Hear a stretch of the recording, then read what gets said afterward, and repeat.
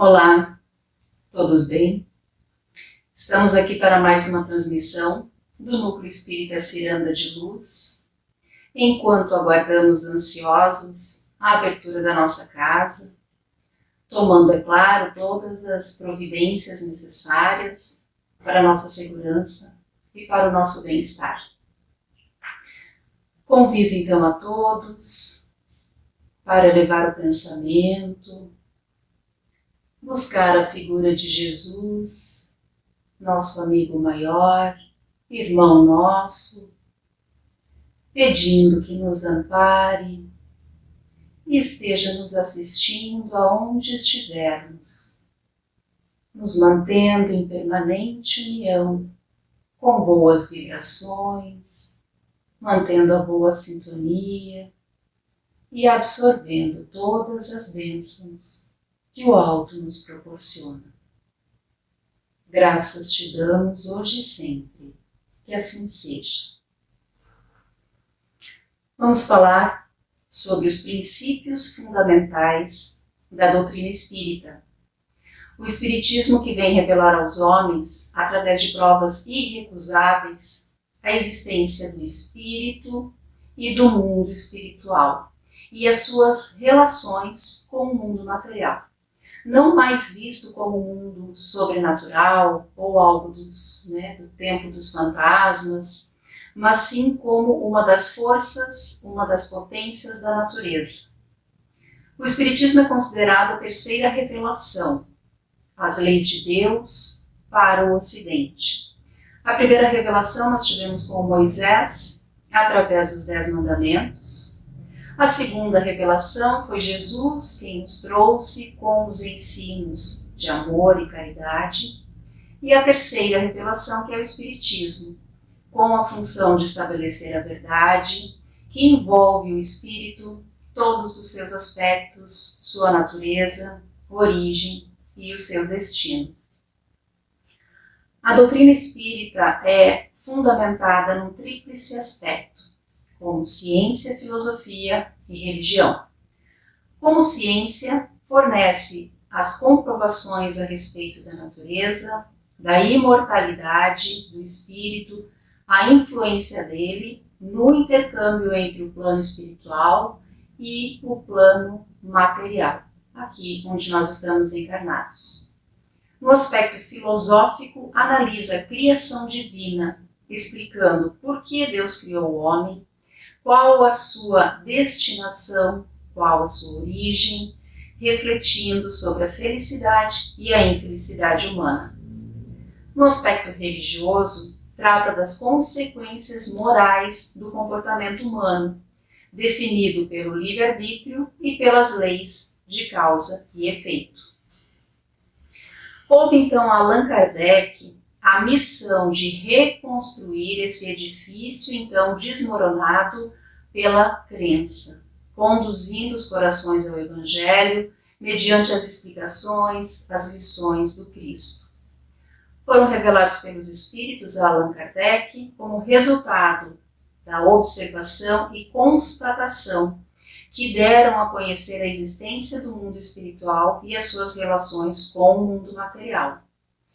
Dotado de uma vasta cultura, de uma síntese, além de uma extraordinária força de vontade, este missionário da terceira revelação compilou e divulgou as bases da doutrina espírita, que hoje esclarecem milhares de corações de criaturas no mundo inteiro.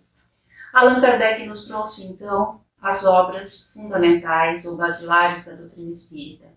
Em 1857, com o Livro dos Espíritos, que contém os princípios fundamentais da doutrina, a natureza do espírito, as suas manifestações, as leis morais da vida, as leis presentes, da vida futura e do porvir da humanidade.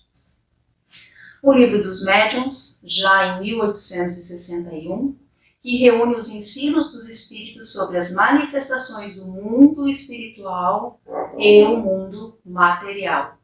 Toda essa comunicação entre o mundo visível e o mundo invisível. Em 1864, o Evangelho segundo o Espiritismo, que traz os fundamentos morais baseados no Evangelho do Cristo para a humanidade.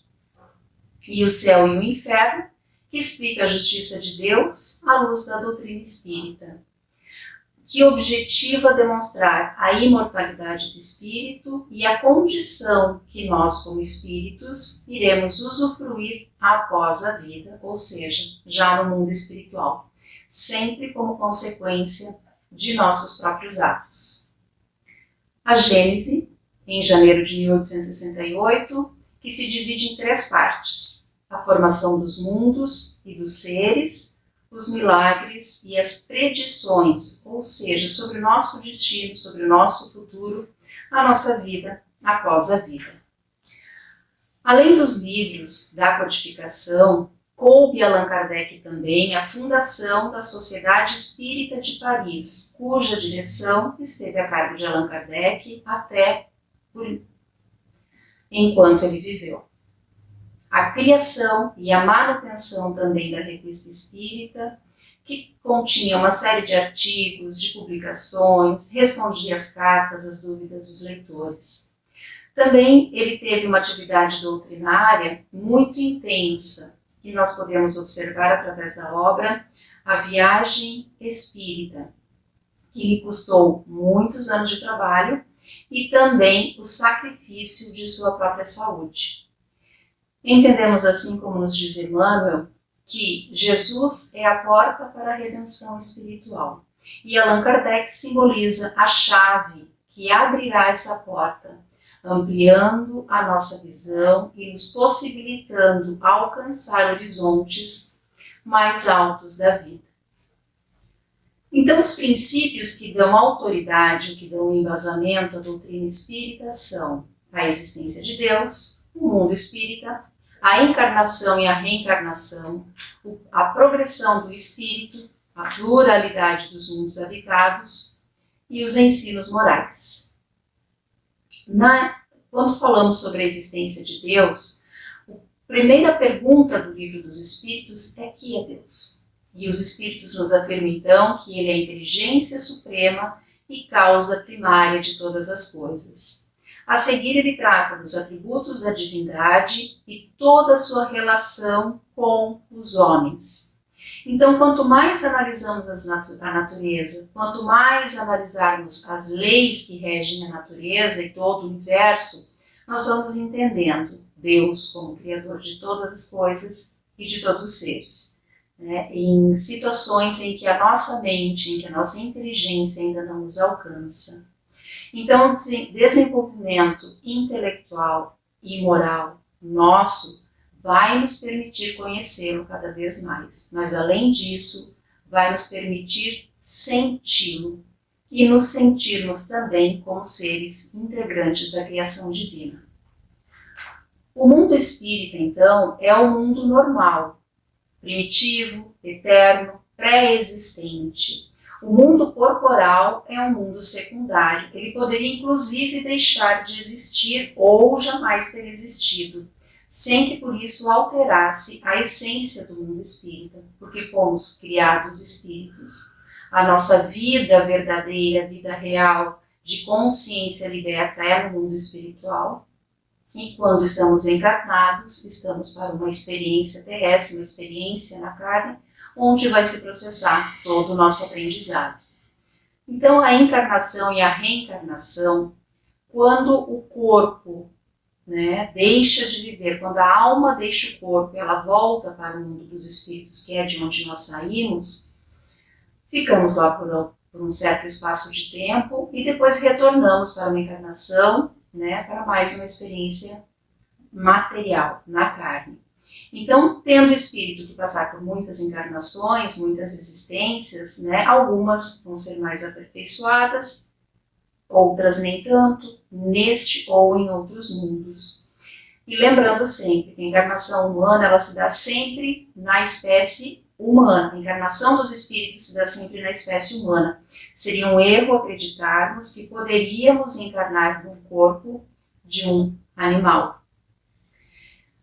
As diferentes existências corpóreas, então, elas vão ser sempre progressivas, e nunca regressivas, ou seja, nós ou estacionamos ou evoluímos nesse nosso processo. Vai depender do esforço que cada um de nós empreende para chegar à perfeição.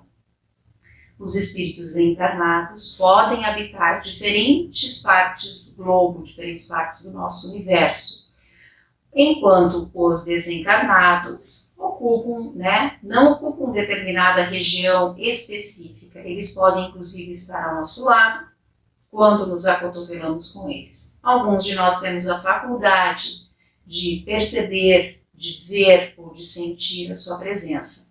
Então, podemos afirmar, assim como nos diz o Livro dos Espíritos, que eles sim nos influenciam muito mais do que nós possamos imaginar. O melhoramento progressivo, a evolução espiritual.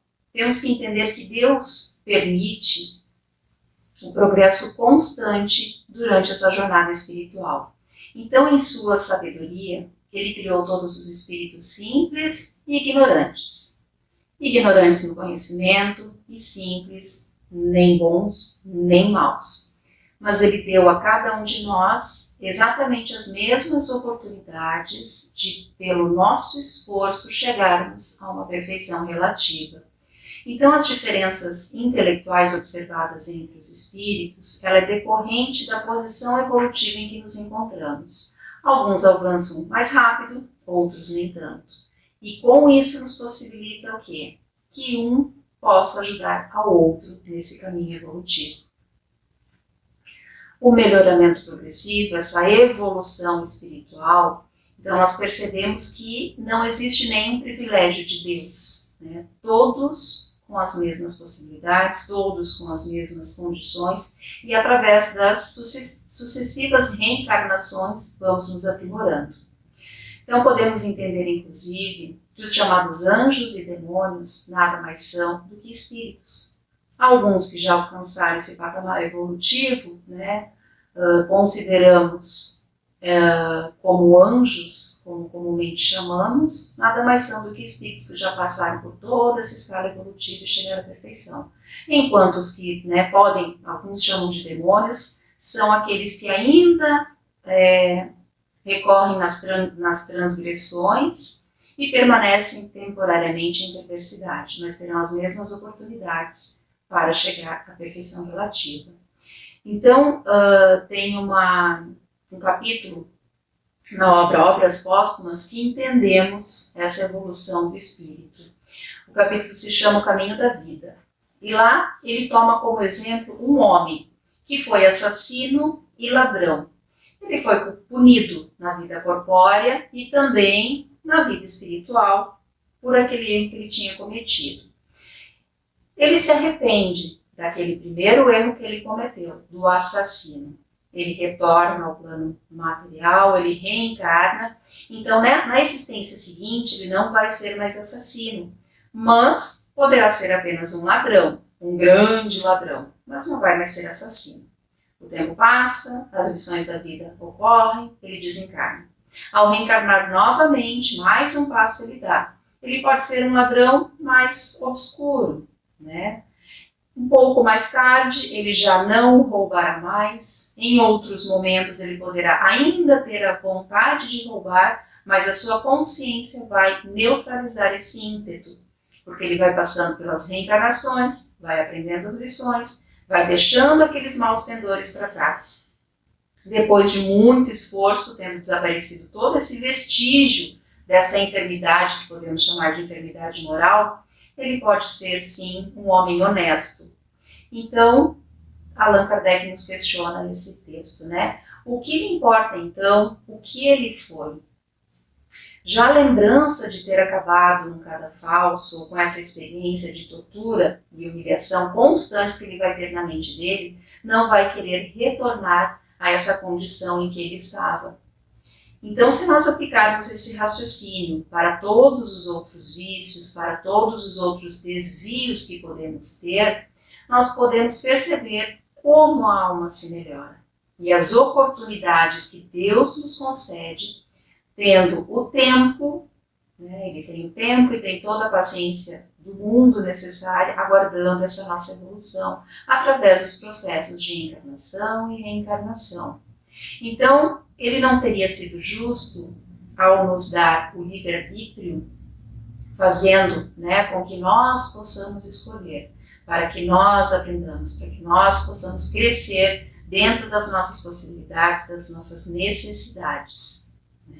Então, nascemos novamente num corpo, vamos nos libertando de nossos erros, que são passageiros, não são eternos, e assim vamos nos purificando dessas imperfeições que trazemos.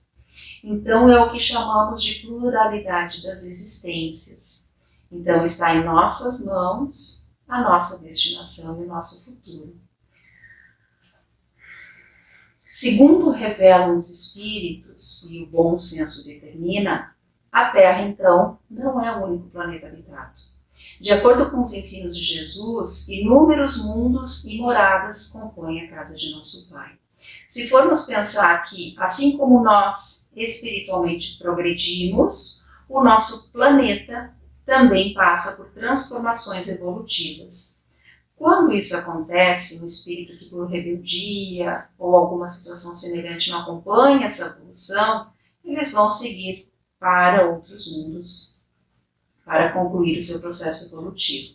A Terra hoje está numa condição de provas e expiações e ela se prepara para um novo ciclo evolutivo, um planeta de regeneração, em que todos recebemos oportunidades iguais para essa transição, para acompanhar esse progresso do nosso planeta. Caso contrário, vamos estagiar em outros mundos. Então, assim como progridem os espíritos, evoluem os mundos. Os espíritos nós temos nas escalas dos imperfeitos, dos bons espíritos, dos espíritos puros, e cada um habitando o planeta de acordo com o seu grau evolutivo. Nos primitivos temos ainda o homem na condição de selvagem, de bárbaros. No mundo de provas e expiações nós vamos resgatar as nossas faltas, vamos nos depurar de todo o mal que já praticamos. No mundo de regeneração já nos libertamos das paixões em que nós éramos escravos. Vamos ter um pouco mais de calma, Seria como um pit stop para podermos ascender a mundos mais felizes. Já nos mundos ditosos, não teremos dores, nem sofrimentos, haverá harmonia entre os povos, a morte não nos causará mais tanto pavor, e esses laços de amor e fraternidade vão ser constantes em nossas relações, ou seja, sentimentos mais purificados, mais elevados. E os mundos celestes ou divinos são os espíritos puros e perfeitos.